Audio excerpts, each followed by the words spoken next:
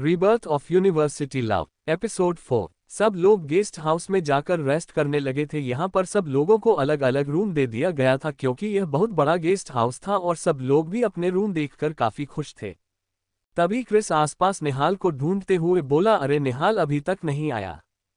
वहीं निष्ठा की नजरें भी कब से निहाल को ढूंढे जा रही थी। वह अब तक शांत हो गई थी और उसे निहाल की फिक्र हो रही थी अभी, क्योंकि उसने देखा था कि निहाल उसके वजह से काफी ज्यादा परेशान में था और उसने देखा भी था कि वह गुस्से में भी लग रहा था।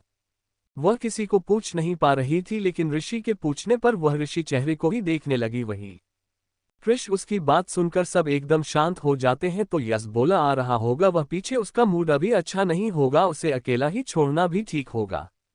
तो ऋषि यश को देखते फिर बोला, सही है।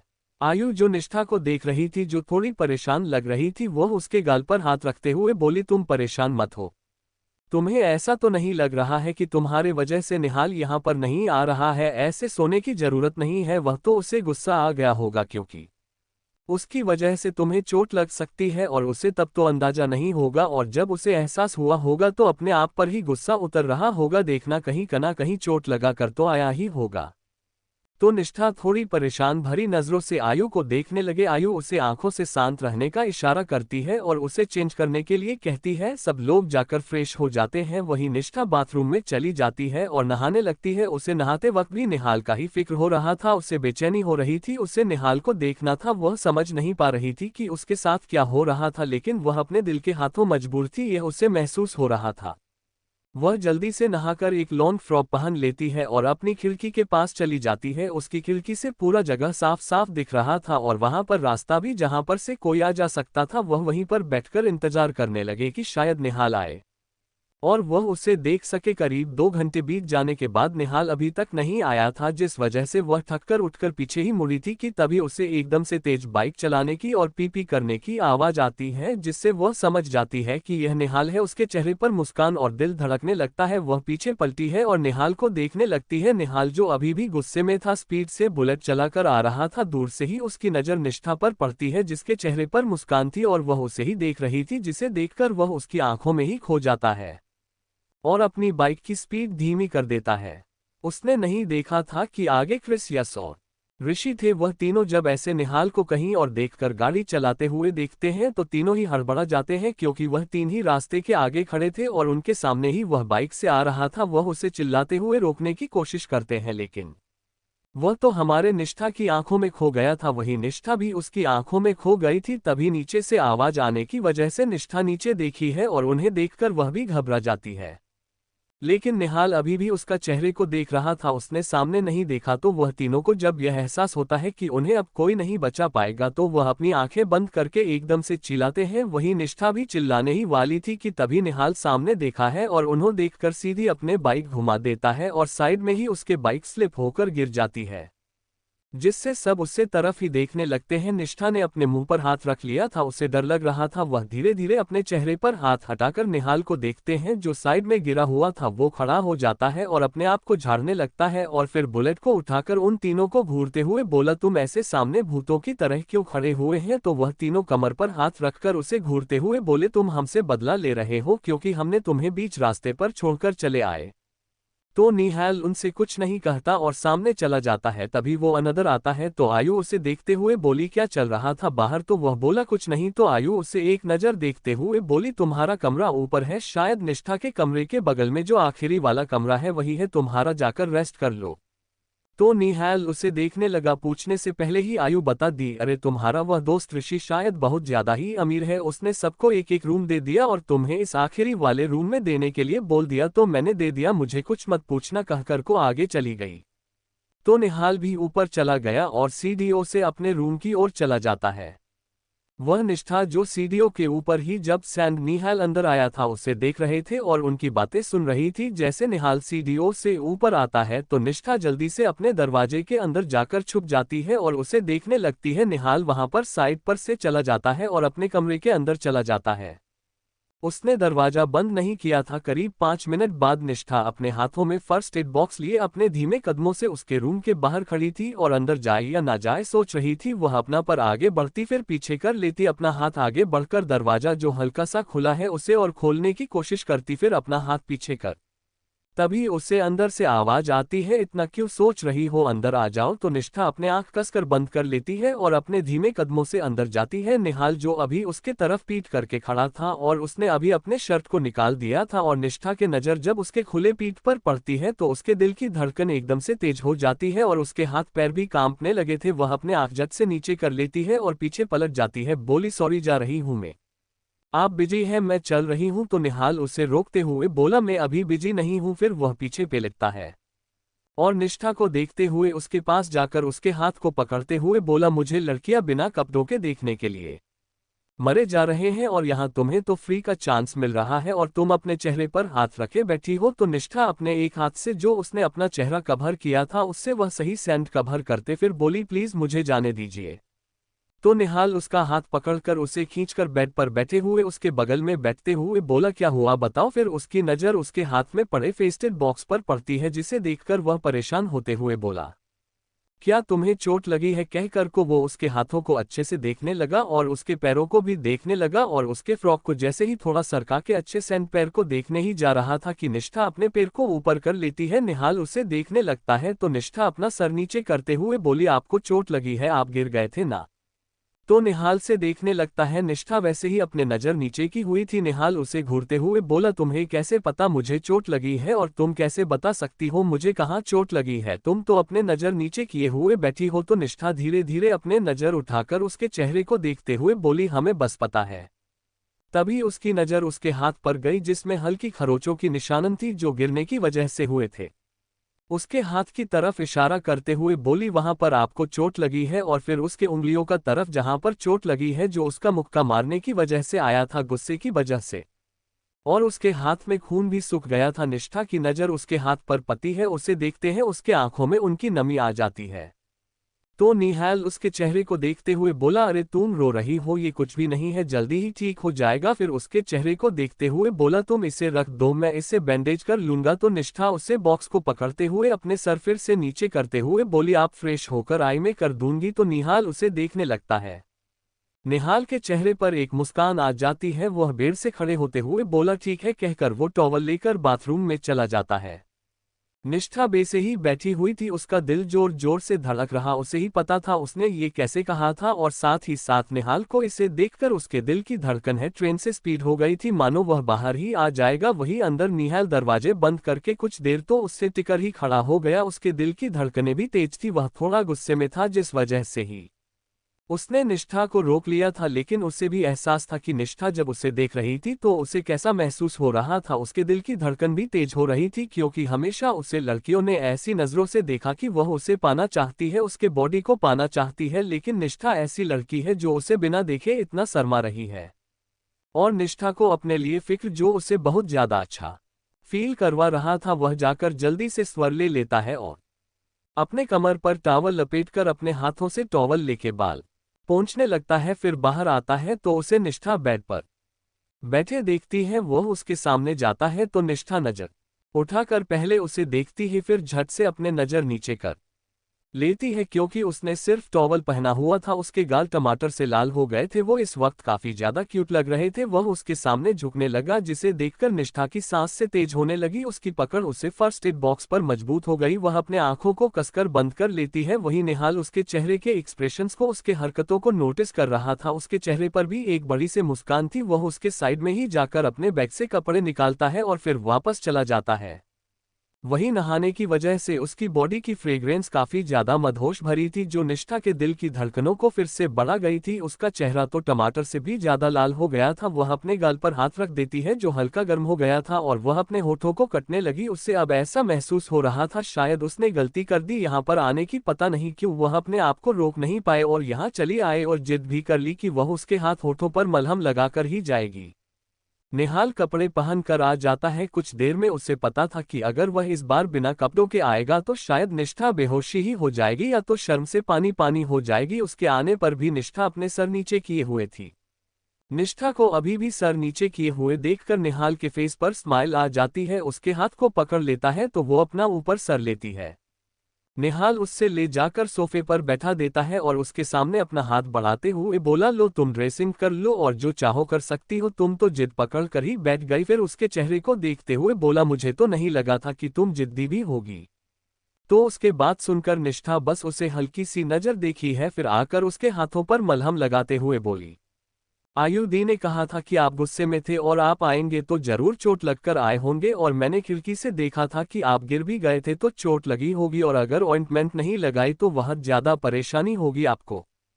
तो वो निष्ठा के चेहरे को एक तक देखे लगा। फिर निहाल बोला, ओह तुम्हें मेरी काफी फिक्र हो रही है। तो निष्ठा कुछ नहीं बोलते। फिर निहाल बोला, तुम वहां पर खिड़की पर क्या कर रही थी, किसका इंतजार कर रही थी। तो निष्ठा एक पल के लिए रुक जाती है, फिर बोली, वहां पर बैठी हुई थी, मुझे वह जगह काफी खूबसूरत लग रही थी। निहाल उसे देखता रह जाता है क्योंकि निष्ठा उसकी बातों का सिर्फ हाँ या कुछ शब्दों में जवाब देती थी, लेकिन आज निष्ठा उसके बातों को बहुत अच्छे से सुन रही थी और जवाब ही दे रही थी। इसे सुनकर उसे बहुत ज्यादा सुकून महसूस हो रहा है। तो उसे लग रहा था कि निष्ठा धीरे धीरे भी उसके साथ कंफर्टेबल हो रही है। वहीं निष्ठा को भी समझ नहीं आ रहा था, पता नहीं उसे क्यों निहाल की बातें और उससे बात करना अच्छा नहीं लगा था। वह तो चाहती थी वह उसके साथ बैठकर और थोड़ी बातें करे, लेकिन अपनी हिचकी चाहत की वजह से जल्दी से उसकी पट्टी कर लेती है और वहां से भाग जाती है। निहाल तो बस उसी को देखने में और उसी की सोच में खोया हुआ था, उसे तो होश ही नहीं रहा। कभी निष्ठा चली गई, दरवाजे के बंद होने की आवाज सिर्फ होश में आया और देखा तो निष्ठा आसपास नहीं थी। वह अपने दूसरे हाथ से अपना सर सहलाते हुए बोला, निहाल तू तो पागल ही हो गया है इसके पीछे। फिर जाकर बेड पर ध्यान से लेट जाता है और अपने हाथों को देखते रहता है जिस पर उसने बैंडेज किया था, और फिर अपने हाथों को ही किस कर देता है और फिर उसे अपने सीने से लगाए आंखें बंद कर लेता है। निष्ठा अपनी कमरे में जाकर कुछ देर रेस्ट करती है। वहीं कुछ देर बाद 1 बजे सब लोग खाने के लिए टेबल पर बैठ गए थे। तभी सब लोग निहाल को देख रहे थे जो मजे से खा रहा था, उसी तो किसी से फर्क ही नहीं पड़ रहा था। तो तभी उसके हाथों को देखते हुए आयु बोलिया, तूने चोट लगा ली हमेशा की तरह, लेकिन इस बार तुमने कैसे पट्टी कर ली और बिना किसी के कहने पर। नहीं तो तू किसी की बात ही नहीं सुनता। उसके बाद सुनकर निष्ठा जो खा रही थी उसका हाथ एकदम से रुक जाता है। निहाल भी उसका रिएक्शन देख रहा था, फिर वह अपने हाथों को देखते हुए बोला, हाँ तो इस बार मुझे लगा कि मुझे परेशानी होगी जिस वजह से बैंडेज करवा लिया मैंने। तो सब उसे देखने लगे तो फिर मुस्कुराते हुए बोला, अरे हम सब घूमने जा रहे हैं ना, और अगर ज्यादा चोट लगेगी तो मुझे परेशानी होगी ना। तो उसे घूरते हुए यस बोला, वाह तो अपना इतना फिक्र कब से करने लगा, लड़का बड़ा हो रहा है। तो क्रिश उसे घूरते भी बोल, क्या तुम अब इसकी शादी करना चाहता है, इसकी शादी की उम्र निकली जा रही है। तो यस मुंह बनाते हुए बोला, मैंने ऐसा कब कहा। तो क्रिश से घूरते हुए बोला, तो इसके बाप के जैसे बोल रहा है, बेटा बड़ा हो रहा है। सब हंसने लगे। निथा के चेहरे पर भी मुस्कान थी, वह निहाल को देख रही थी। निहाल भी सबको देखकर निष्ठा के चेहरे को देखा है तो वह अपने सर नीचे कर लेती है और वापस खाने लगती। सब लोग खाना खाने के बाद रेडी हो जाते हैं और जंगल की ओर चले जाते हैं। सब लोगों ने ही ट्रैक सूट पहन लिए थे, वह सब आज यहीं पर ट्रैकिंग करने वाले थे और अगर हो सके तो वहां पर टेंट लगाएगी या तो सिचुएशन देखकर वापस आ जाएंगे, क्योंकि यह जंगल के बीचों बीच एरिया था और इस जगह काफी अच्छा है। लेकिन फिर भी वह सब लड़कियों के साथ कोई रिस्क नहीं लेना चाहते थे। वहीं निष्ठा को भी जबरदस्ती ट्रैक सूट पहनवा दिया था और उसके लिए कंफर्टेबल भी था। अगर उसे चोटपॉट लग जाती है, कोई प्रॉब्लम होती जिस वजह से वह भी किसी को मन नहीं कर पाए, और पहन लिया और अपने बालों को पोनीटेल बांधकर लंबा सा जुड़ा बना लिया। वह काफी खूबसूरत लग रही थी सिंपल लुक में भी। सब लड़कियां तैयार होकर आ रही थी तो सब लड़की उन्हें देख रहे थे। तभी उन सब के पीछे नेक्स्ट निष्ठा को देखकर तो सब उसके चेहरे और उसमें ही खो जाते हैं। सब लड़कियां जाकर लड़कों को घूरते हुए उन्हें होश में लाने की कोशिश करती है। जैसे ही निहाल निष्ठा को देखे जा रहा था, लेकिन फिर भी सब लोगों के बोलने पर वह भी होश में आ जाता है। लेकिन यश तो निष्ठा को देखे जा रहा था, उसकी आंखें तो पलके ही नहीं चिपका रहा था, जिसे देखकर निहाल उसके पैर पर अपना पर जोर से मार देता है। फिर सबको देखते भी बोला, चलो चलो चलते हैं। वही यश एकदम से चिल्ला पड़ता है फिर निहाल को घूरते हुए, पर तुमने मेरे पैरों पर मारा। तो निहाल बोला, कब मारा, क्या प्रूफ है मैंने तुम्हें मार, तुम कहाँ देख रहे थे जब मैं तुम्हें मारा। तो यस कुछ नहीं बोलता, सकपका जाता है। वही सब लड़की अभी वहां पर है, उसे घूर रही थी। निष्ठा भी उसके करीब आ जाती है। सब लोग वहां से ट्रैकिंग करने के लिए आगे बढ़ जाते हैं। सब लोगों ने एक दूसरे का हाथ पकड़ा हुआ था और निहाल हमारा सबसे पीछे चल रहा था। उसे अपने पापा का कॉल आया था, कुछ इंपॉर्टेंट बात करनी थी, इस वजह से वह सबसे पीछे आ रहा था और उसके आगे की निष्ठा थी और उसका हाथ तारा ने पकड़ा हुआ था। सबसे आगे ऋषि, उसने आयु का हाथ पकड़ा हुआ था। वही आयु ने यश का और यश ने सिया का सिया ने कृष का और कृष ने तारा का। तारा ने निष्ठा का और निहाल सबसे पीछे आ रहा था। वह जगह पहले थोड़ी ऊपर खबर थी जिस वजह से सब लोग अपनी एक दूसरे का हाथ पकड़े हुए थे। ऐसे ही थोड़े ऊपर जाने के बाद ही निहाल की बात खत्म हो जाता है तो उसकी नज़र निष्ठा पर जाती है जो बहुत ज्यादा अनकंफर्टेबल ही चल रही थी। उसके पैर बार बार मुड़ रहे थे, उससे परेशानी हो रही थी, लेकिन फिर भी वह तारा के पीछे चले जा रही थी। सब लोग स्पीड में थे जिस वजह से वह भी स्पीड में जा रही थी, लेकिन उसे चला नहीं जा रहा था और वह बार बार लड़खड़ा रही। तारा उसे संभाल रही थी, लेकिन वह अपने आप को भी संभालने की और उससे संभालेगी तो उसे परेशानी हो रही थी। कुछ कदम चलते ही एक बड़े से पत्थर से उन दोनों का ही हाथ टकरा जाता है जिससे तारा का हाथ उससे छूट जाता है तो निष्ठा नीचे की ओर गिरने लगी, लेकिन वह गिर पाती कि निहाल उसे जल्दी से अपना हाथ बढ़ाकर उसे कमर से थामकर अपने से सटा लेता है। निष्ठा डरकर अपनी आंखें बंद कर लेती है और निहाल को कसकर पकड़ लेती है। निहाल उसे देखते हुए एक नज़र तारा को देखा है, वही तारा भी काफी ज्यादा घबरा गई थी। सब लोग रुक गए थे। तारा निष्ठा को देखते हुए बोली, सॉरी निष्ठा, मेरी गलती थी, मुझसे तुम्हारा हाथ छूट गया। निष्ठा उसकी बात सुनकर अपनी आंख खोलती है और उसे देखने लगती है। निहाल उसे अच्छे से खड़ा कर देता है। निष्ठा उसे देखते हुए बोली, तुम्हारी गलती नहीं थी, मैं बस ठीक से चल नहीं पा रही थी। तो निहाल उसका हाथ पकड़ते हुए बोला, ठीक है तुम मेरे साथ चलो। फिर सबको देखते हुए बोला, अरे तुम सब दो दो जन हो जाओ, ये से लाइन लगाकर चल रहे हो कि जैसे ट्रेन गाड़ी चल रहा हो। अगर किसी का हाथ एक दूसरे से छूट गया तो तुम्हें ही दिक्कत होगी, दो दो जन जाओगे तो इतना प्रॉब्लम नहीं होगा। तो सब लोग एक साथ सर हम हिला देते हैं और निहाल प्राउड से बोला, अरे रे दिमाग का भी उसे कर लिया करो, भगवान ने किस लिए दिया है। तो सब निहाल को घूरने लगते हैं। सबको इग्नोर करते भी निष्ठा का हाथ पकड़ते हुए बोला, चलो नेक्स्ट निष्ठा तुम मेरे साथ चलो। तो सब उसे घूरने लगते हैं।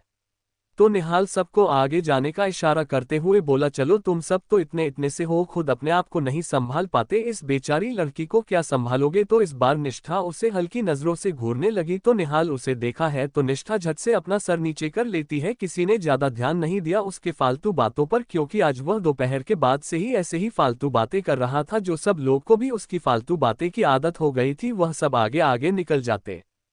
किस कदम चलने के बाद निष्ठा धीरे आवाज में बोली, मैं अपने आप चल सकती हो। तो निहाल उसके हाथ को अपने बाजू में फांसते हुए उसे देखते हुए बोला, हाँ मुझे पता है और मैंने देखा भी है ना तुम कितने अच्छे से चल सकती हो, और मुझे डर मेरे गिरने का है। अगर मैं गिर जाऊं तो कोई तो होगा मुझे बचाने के लिए। और फिर वह अपने बाएं हाथ को दिखाते हुए बोला, और तुम तो काफी फिक्र कर रही हो मेरी, और मुझे परेशानी हो या तुम थोड़ी ना चाहती हो, मुझे चोट भी लगी है। का करो प्यारा सा फेस बनाकर उसे देखने लगा। तो निष्ठा कुछ नहीं बोलते और वह दोनों आगे आ जाते हैं, एक दूसरे को संभालती में सब लोग जाते हैं।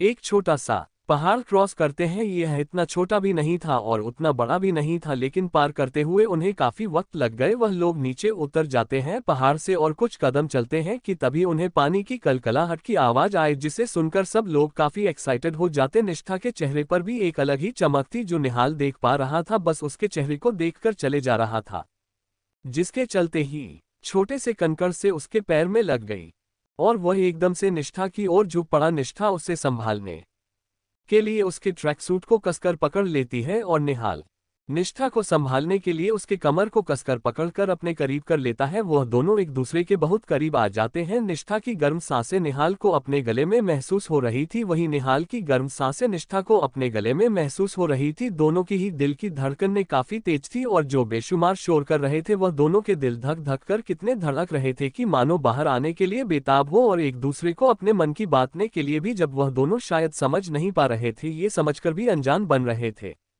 वही वह सब आगे चले जा रहे थे और उन्हें हल्के अंधेरे होने की वजह से अभी ठीक से कुछ दिख नहीं रहा। निष्ठा और निहाल एक दूसरे से अलग हो जाते हैं और निष्ठा को देखते हुए निहाल बोल, तुम ठीक हो। तो निष्ठा अपने सर हमें हिलाते हुए बोला। निहाल बोला, मैं भी ठीक हूँ, बस मुझे कंकर नहीं दिखे, शायद अंधेरा हो गया है, इस वजह तुम मुझे अच्छे से पकड़ लो, अगर तुम गिर जाओगी तो कहकर उसके हाथों को और कसकर पकड़ लेता है। उन सब लोगों को अभी झरना की कुलकुल आवाज सुनाई दे रही थी और आसपास का वेदर थोड़ा थोड़ा ठंडा महसूस हो रहा था। सब लोग उसे झरने के पास पहुंच गए और सामने का नजारा देखकर तो उसमें खो ही गए। इतना खूबसूरत मंजर जिसे देखकर सब लोगों की आंखों में चमक, चेहरे पर मुस्कान, दिल में सुकून आ गया था। सबसे बड़ी मुस्कान तो निष्ठा के चेहरे पर थी। उसने शायद पहले ही कभी ऐसा मंजर देखा होगा। उसकी आंखों की चमक, चेहरे पर वह बड़ी मुस्कान निहाल को उसके और ज्यादा आकर्षित कर रही थी। वह बस एक तक उसके चेहरे को देखे जा रहा था। उसे तो वह झरने से ज्यादा सुंदर निष्ठा का चेहरा लग रहा था, जो इस वक्त इतना खिला हुआ लग रहा था। निष्ठा को जब महसूस हुआ कि निहाल उसे घूरे जा रहा है तो वह अपनी सर नीचे कर लेती है, लेकिन उसके चेहरे पर मुस्कान अभी भी थी। ऋषि पीछे मुड़कर सब लोगों को देखते हुए बोला, तो दोस्तों क्या कहते हैं आज रात यही गुजर जाए। तो सब लोग मुस्कुराते हुए अपना सर हमें हिला देते हैं। तो ऋषि बोला, ठीक है, मैं ट्रेड का सामान यहाँ पर पहले ही भिजवा दिया था, सब लोग एक एक करके टेंट लगाओ और आज रात को हम सब यही खाकर सोएंगे। तो सब हुटिंग करने लगते हैं। निष्ठा के अलावा निहाल, यश, ऋषि, क्रिस मिलकर टेंट लगते हैं। आयु और बाकी लड़कियां भी उनकी थोड़ी बहुत हेल्प करती है। टेंट लगाने के बाद वह साइड में ही लकड़ी से चूल्हा जलती है और उसके ऊपर ही मैगी बनाने लगते हैं। इस झरने की पर मधुर आवाज, वहां पर वह खुशबू, वह पानी का गिरना, वह सब बहुत ज्यादा खूबसूरत दिख रहा था। निष्ठा को वो जगह काफी ज्यादा अट्रैक्टिव लग रही थी, जिस वजह से वह सब लोगों के बीच से उठकर जाकर उसे झरने के पास जो एक छोटा सा पत्थर था उसमें बैठकर अपने पैरों के शूज को निकाल देती है और झरने में अपना पैर डालकर बैठ जाती है और एक तक चांद को और उसे झरने को देखने लगती है। उसके चेहरे पर तक खुशी जा ही नहीं रही थी। वही सब लोग जब आपस में बात कर रहे थे तभी आयु आसपास देखते हुए बुला रही है, निष्ठा कहाँ गई। तो क्रिस निथा की तरह इशारा करता हुआ बोला, देखना वह तो काफी खुश लग रही है और अकेले अकेले ही एंजॉय कर रही है। उसे देखकर मुस्कुराते हुए ऋषि बोला, हाँ सच में मैं नोटिस किया था कि जब से इस जगह पर आए हैं तो उसके चेहरे पर मुस्कुराहट जा ही नहीं रही है, हमेशा ऐसे ही मुस्कुराती रहे। तो सब लोग भी मुस्कुरा देते हैं। निहाल भी जो मैगी बना रहा था वह भी मुस्कुरा देता है। वो एक स्पून में मैगी अपने मुंह में लेते हुए अपने आप की तारीफ करते हुए बोला, पाओ मेरी कितनी टेस्टी मैगी बनाए हैं, चलो चलो, मुझे तो अभी कंट्रोल नहीं हो रहा है, सबके लिए सर्व कर रहा हूँ, कोई लड़ाई नहीं करेगा और जिस जिस को जो जो मिलेगा वह सब खा लेना। तो सब अपने सर ओबीडियंटली हमें दिला देते हैं। तो निहाल सबके लिए साफ करता है और आखिर में एक बॉल में लेकर निष्ठा के पास जाता है और उसी के साइड में बैठ जाता है और उसने भी अपने पैरों को पानी में भीगा दिया था। निष्ठा तो पहले उसे देखकर थोड़ी खिसक जाती है, लेकिन निहाल उसका हाथ को पकड़ते हुए बोला, अरे तुम्हारे लिए मैं मैगी लेकर आया हूँ, इसे दूर क्यों हो रही हो, मेरे पास बैठो, कहकर बोल को साइड में रखकर उसे अपने करीब बैठा देता है और उसके हाथों में बाउल देकर खुद भी बाउल लेकर आसमान को देखते हुए मैगी खाना लगता है। और वह मैगी खाते हुए निष्ठा को देखते हुए बोला, मैगी कैसी लगी, बताया तो नहीं। तो निष्ठा बोली, टेस्टी है। निहाल बोल, हाँ मैंने बनाया है। निष्ठा पहले थोड़ी हिचकी जाती है, फिर बोली, आपको खाना बनाना आता है। तो उसकी बात सुनकर निहाल अब उसके कंधे पर अपना एक कोहनी टिकाते हुए बोला, तुम जानते नहीं हो मुझे बहुत अच्छा डिश बनाना आता है, मैंने अपनी मम्मा से बहुत सी रेसिपी सीखी है। हाँ, मुझे रोटी चावल इतने अच्छे से बनाना नहीं आता, लेकिन मैं और सारे डिशेज अच्छे से बना लेता हूँ और मेरे हाथ की बिरयानी अगर तुम एक बार खाओगी तो मुझ पर फिदा ही हो जाओगी। निष्ठा बस हंसे, एक नज़र देखी है कि कुछ नहीं कहती। निहाल उसे देखते फिर बोला, क्या हुआ। तो वो बस सर हम हिला देती है, कुछ नहीं। तभी निष्ठा के दूसरे साइड पर आकर आयु बैठ जाती है और निष्ठा को देखते हुए बोली, तुम्हें ये चिढ़ा तो नहीं रहा, कहकर वह निहाल को घूरने लगा। निहाल मुंह बनाते फिर बोला, अरे तुझे ऐसा क्यों लगता है कि मैं तुम्हारे दोस्त को चिढ़ाऊंगा, मैं तो बस इससे पूछ रहा था कि मेरी हाथों की मैगी से कैसे लगी, और वैसे भी मैं बहुत सादा सीधा लड़का हूं। तो वह दोनों ही निहाल को देखने लगे, ऐसे मत देखो मैं जा रहा हूं, कहकर वो उठकर वहां से चला जाता है। वही निहाल के जाने के बाद निष्ठा और आयु बातें करते हुए खाने लगते हैं। ही दूसरी तरफ तारा किसी से फोन में बात करने की कोशिश कर रही थी और नेटवर्क ना होने की वजह से वह परेशान होकर टेंट से थोड़ी दूर जाकर बातें कर रही थी और शायद ज्यादा ही दूर हो गई थी। क्रिस की आंखें जो कब से उसे ही ढूंढ रही थी, जब उसे तारा नहीं दिखाई तो वह थोड़ा परेशान हो गया और कुछ देर में आने का कहकर वह भी वही तरफ चला गया। तभी उसे तारा वहां पर देखी जो अपने फोन को ऊपर टेक कर सिग्नल लाने की कोशिश कर रही है। ऋषि जाकर उसके फोन को लेते हुए बोला, तुम क्या कर रही हो, यहाँ सब तुम्हारे लिए वहां परेशान हो रहे हैं। तो तारा हड़बड़ा गई और फिर अपना फोन को उससे लेते हुए बोली, मैं बस आई थी यहाँ पर तुम्हें क्या, तुम जाओ यहाँ से। तो क्रिश उसकी कमर पकड़कर अपने करीब सताते हुए बोला, क्या हुआ है, तुम्हें इतना परेशान क्यों लग रही हो तुम। तारा उसे देखते भी बोली, तुम्हें फर्क पड़ता है। तो क्रिस उसे पेड़ से सताते हुए बोले, तुम जानती हो मुझे फर्क पड़ता है या नहीं। तो तारा उसके कंधे पर अपने दोनों हाथ रखते हुए उसे अपने चेहरे के करीब करते हुए बोली, पता है तुम्हें बहुत ज्यादा फर्क पड़ता है, लेकिन मानना नहीं चाहते। क्रिस उसकी बातों का जवाब नहीं देता, उसकी कमर पर अपनी पकड़ मजबूत कर देता है। तो तारा थोड़ी ऊपर उठकर उसके होठों पर अपने होंठ रख देती है। क्रिश भी अपने आप को ना रोकते हुए उसके कमर को कसकर उसे अपने से सटा लेता है और उसको चूमने लगता है। कुछ देर वह दोनों एक दूसरे को ही चूम रहे थे कि तभी उन्हें किसी की पैरों की आहत हुई जिससे वह दोनों अपने होश में आए और एक दूसरे से झट से अलग हो गए। तभी उन दोनों की नज़र उनसे थोड़ी दूर उन्हीं की तरफ आ रहे यस और सिया पर जाती है जो दोनों फोटो क्लिक करने में बिजी थे।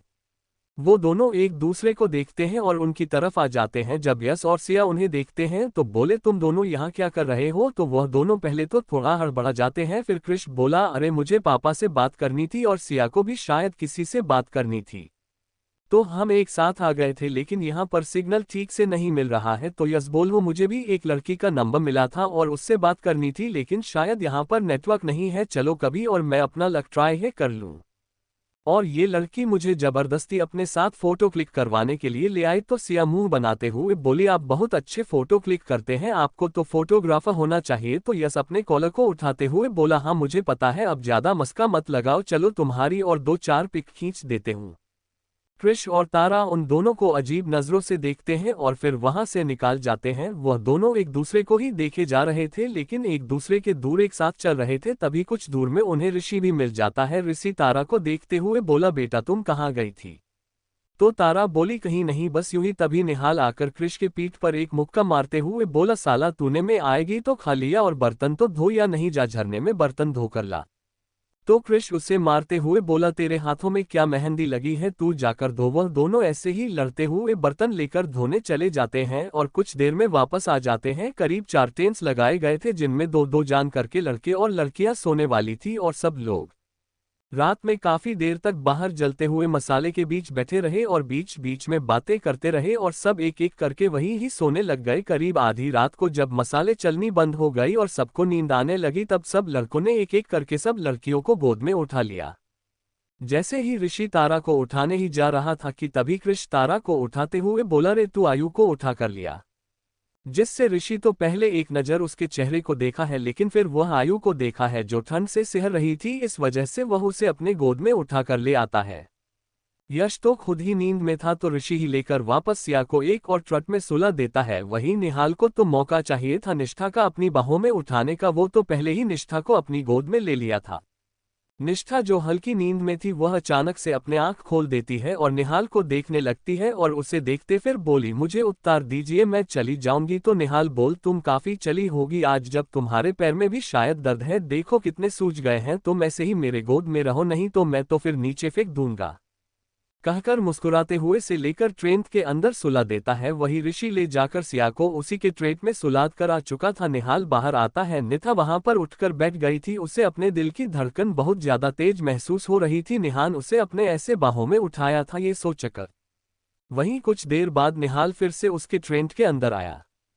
वही निष्ठा जो अपने ट्रैक सूट के ऊपर जैकेट को निकाल दी थी, वो डर के अच्छे से अपने ऊपर ब्लैंकेट डाल लेती है। निहाल उसकी तरफ ना देखते हुए सीधे उसके पैरों के पास बैठ जाता है और उसके पैरों से उसके ब्लैंकेट को हटाता है। तो निष्ठा अपना पैर पीछे कर लेती है तो निहाल उसे बिना देखे ही बोला तुम्हारे पैरों में तेल लगा देता हूं, तुम्हें आराम मिलेगा।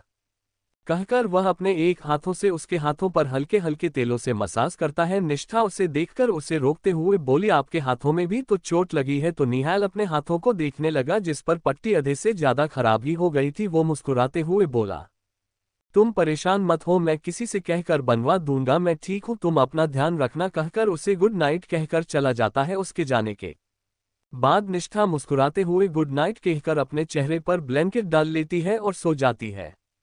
निहाल बाहर आता है तो उसे बाहर कृष दिखता है जिसके हाथों में फर्स्ट एड बॉक्स था। वह दोनों जाकर झरने के पास बैठ जाते हैं। निहाल के चेहरे को देखते हुए कृष उसके हाथों को बैंडेज कर देता है।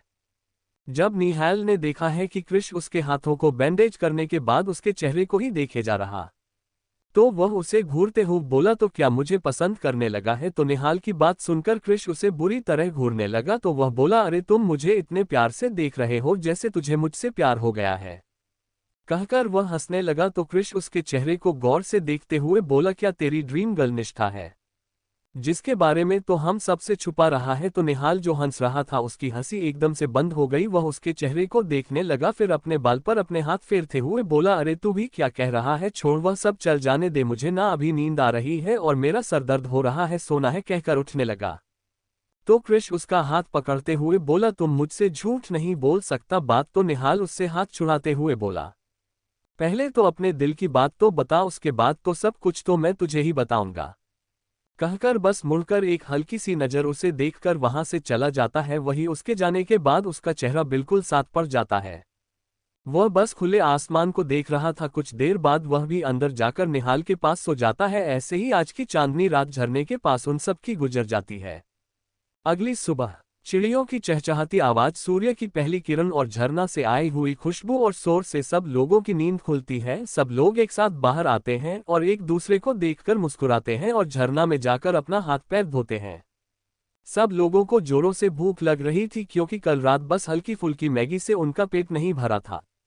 सब लोग एक दूसरे के चेहरे को देख रहे थे। आयुष सबको घूरते हुए बोले, मुझे भूख लगी है और मुझे खाना खाना है, मेरा सर फट रहा है। सब लोगों का भी इसे हाल था तो ऋषि सबको देखते हुए बोला, चलो सब लोग अभी बिस्किट्स खाकर रह जाओ। थोड़ी देर जब तक हम जंगल में पहुंचेंगे वहां पर कुछ ना कुछ तो फ्रूट मिल ही जाएंगे और कुछ देर में हम वापस पहुंच जाएंगे अपनी जगह और वहां पर आप अच्छे से टेस्टी सा खाना खाएंगे, ठीक है? तो सब लोग पहले उसे एक नज़र घूरते हैं क्योंकि उसने अच्छा खाना बनाना का बंदोबस्ती नहीं करवाया था उनको कल रात में, जिस वजह से ही उन्हें प्रॉब्लम हुई थी। फिर सब बिस्किट खाकर वैन से ही बिना नहाए हुए निकल जाते हैं। रास्ते में फल फ्रूट नहीं थे जिस वजह से सब लोगों को जोरों से भूख लग रही था। फार्म हाउस सब लोग 11 बजे तक पहुंच जाते हैं और जाकर जल्दी जल्दी से सब लोग नहा धोकर रेडी हो जाते हैं। ऋषि ने पहले ही अपने एक नौकर जो वहां पर उसे जगह पर ध्यान रखता था और काम भी करता था उसे कहकर सबके लिए अच्छा अच्छा खाना बना लिया था। सब लोगों को जैसे ही खाने की खुशबू महसूस हुई तो अपने अपने कमरे से निकलकर एक साथ ही डाइनिंग टेबल के ऊपर आक्रमण ही कर दिए। सब लोग हंसी खुशी से खाना खाते हैं और खाने के बाद एक साथ सोफे पर बैठ जाते हैं और रेस्ट करते हैं। तभी निहाल को इम्पोर्टेंट कॉल आता है और वह वहां से बालकनी की ओर चला जाता है। सब लोग टीवी ऑन कर देते हैं और आपस में बातें कर कर टीवी एंजॉय करने लगते हैं। ऋषि सबको घर रहा था क्योंकि उसका कुछ और प्लान है, वह भी यहाँ से निकलना चाहता था। लेकिन ये सब तो सोफे पर से उठ ही नहीं रहे थे। निष्ठा को टीवी देखना इतना अच्छा पसंद नहीं आ रहा था जिस वजह से वह चुपचाप वहां से उठ जाती है और अपने कमरे की ओर जाने लगती है। तभी उसे एक साइड में बालकनी से किसी की गुस्से से जोर जोर से चिल्लाने की आवाज आ रही थी, जिससे वह बहुत ज्यादा ही सहम जाती है और अपनी कदम उसे तरफ बढ़ा देती है। उसे वह आवाज जानी पहचानी लग रही थी जिस वजह से वह उसी तरफ जा रही थी कि तभी उसे फिर से चिल्लाने की आवाज आती है, लेकिन वह इस बार आवाज को क्लियर सुन पाती है जिस वजह से वह पहचान जाती है कि यह निहाल का आवाज है। निहाल गुस्से से चिल्लाते हुए बोला, तुम्हें कैसे ध्यान नहीं रहा? मैंने तुम्हें वह इंपॉर्टेंट पेन ड्राइव संभाल कर रखने के लिए दी थी, तुम कैसे इसे घुमा सकते हो? तुमसे ऐसी उम्मीद नहीं थी मुझे। How irresponsible you are! You are fired! तुमने अब तक जितने भी काम किया उसका पेमेंट अभी मिल जाएगा, कल से ऑफिस आने की जरूरत नहीं है, डेट से मैं बात कर लूंगा।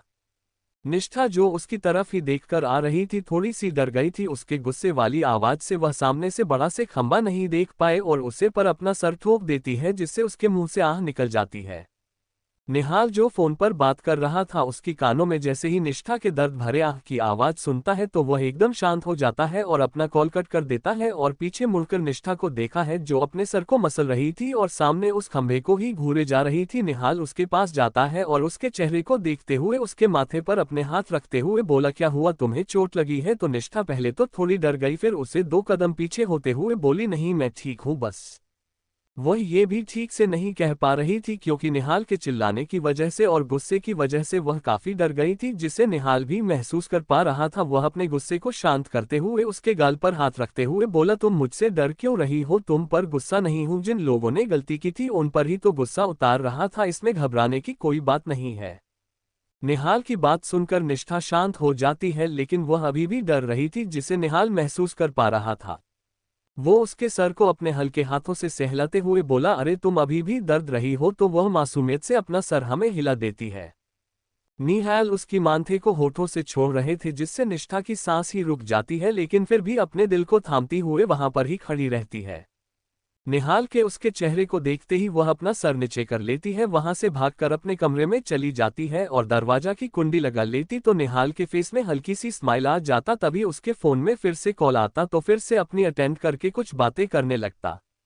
जहां निष्ठा अपनी डायरी के पन्ने पलटकर वहां पर 10 और स्माइल लिख रही थी, वहीं दूसरी तरफ सब लोग घोड़े बेचकर सोए हुए थे। तो फिर कुछ घंटे के बाद गुस्से से ऋषि सब लोगों के ऊपर पानी फेंक देता है और सबको देखते हुए बोला, चलो सब निकलो अब यहाँ से। तो सब उसे घूरने लगे। तो वह सबको घूरते भी बोला, कल सुबह कॉलेज है और हम सबको वापस जाना है, नहीं तो हमारे घर वालों को पता चल जाएगा, उसके बाद क्या होगा तुम सबको तो पता है। तो सब लोग एकदम से हड़बड़ा जाते थे और अपने कमरे में जाकर जल्दी पैकिंग करने लगते हैं। वहीं निष्ठा ने अपनी सारी पैकिंग कर ली थी और निहाल ने भी, बाकी सब लोग भी अपनी पैकिंग कर लेते हैं और रेडी थे जाने के लिए। अभी बात फिर से वहीं आकर रुक जाती है कि निष्ठा किसके साथ जाएगी, क्योंकि एक तो रात का वक्त है, क्योंकि कुछ देर में अंधेरा हो जाएगा, और दूसरी तरफ निहाल के साथ कोई उसे छोड़ना नहीं चाहता क्योंकि उसका कोई भरोसा नहीं था। वहीं निहाल को उसे अपने साथ लेकर जाना था। निष्ठा बेचारी खड़ी होकर कभी जीप को देखते, कभी बाइक को, कभी निहाल के चेहरे को।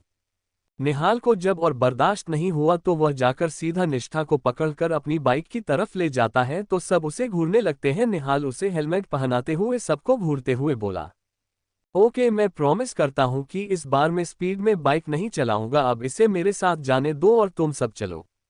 तो कोई कुछ नहीं बोलता, लेकिन क्रिश उसे देखते हुए बोला, पर तेरे हाथों में चोट लगी है। तो निहाल बोला, पता है मुझे चोट लगी है और मैं ठीक हूं और मैं गाड़ी भी धीरे चलाऊंगा, अब चलो सब, नहीं तो लेट हो जाएगा सबक। फिर मुझे मत बताना कि मेरी वजह से लेट हो गया है। फिर वह ऋषि को घूरते हुए बोला, इसने कहा है कि रास्ते में हमें कोई मेला दिखाने वाला है। ये सुनकर सबके आंखों में चमक आ जाती है और सब एक साथ ऋषि को देखने लगते हैं। निष्ठा की भी नजरें ऋषि पर ही।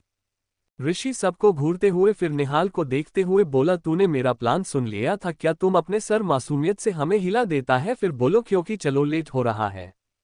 फिर सब लोग मुस्कुराते हुए जीप पर बैठ जाते हैं और निष्ठा और निहाल बाइक पर बैठ जाते हैं, पर सब लोग निकल जाते हैं। कुछ देर में ही वह सब लोग उसे मेले में पहुंच गए थे। ये बहुत बड़ा मेला था।